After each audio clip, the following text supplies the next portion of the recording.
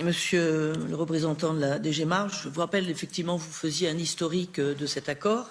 Mais en 2019, depuis 2014, le département de Mayotte avait porté un constat très sévère sur cet accord qui permettait à une dizaine de navires des Seychelles de pêcher dans les eaux françaises de Mayotte.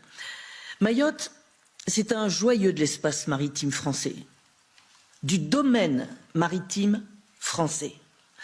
Et ce département est dramatiquement touché par le déclin de ses récifs et de ses ressources en poissons.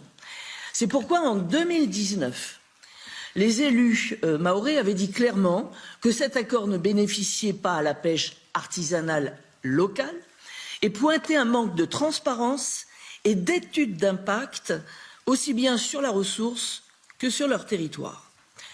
En plus, vous parliez de ces compensations, il faut voir quand même le vil prix qu'accorde la Commission à nos eaux mahoraises. Vous parlez d'une augmentation.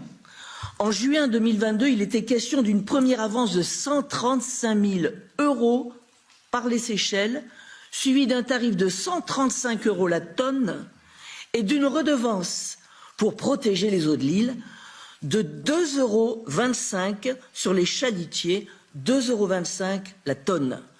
Ces contreparties financières négociées par la Commission sont misérables. Elle ne suffirait même pas à acheter un quart de bateau à un pêcheur mahorais que rappelait ma collègue pour une fois. Je suis d'accord, il n'y a pas très peu de fonds pour la pêche artisanale, il n'y en a pas du tout. L'Union européenne ne le permet pas. Alors, vous êtes toujours prompt à brader nos richesses naturelles à l'étranger et jamais là pour sauvegarder la pêche artisanale. Alors, moi, je vais vous dire une chose. La France est un État souverain. Et les Français de Mayotte ne sont pas des citoyens de seconde zone. L'Union européenne n'a pas à disposer ainsi des territoires maritimes français, ni à sacrifier l'emploi français, et encore moins notre économie locale. Nous avons sur ces territoires des hommes et des femmes enracinés qui veulent vivre sur leur territoire et avoir une économie.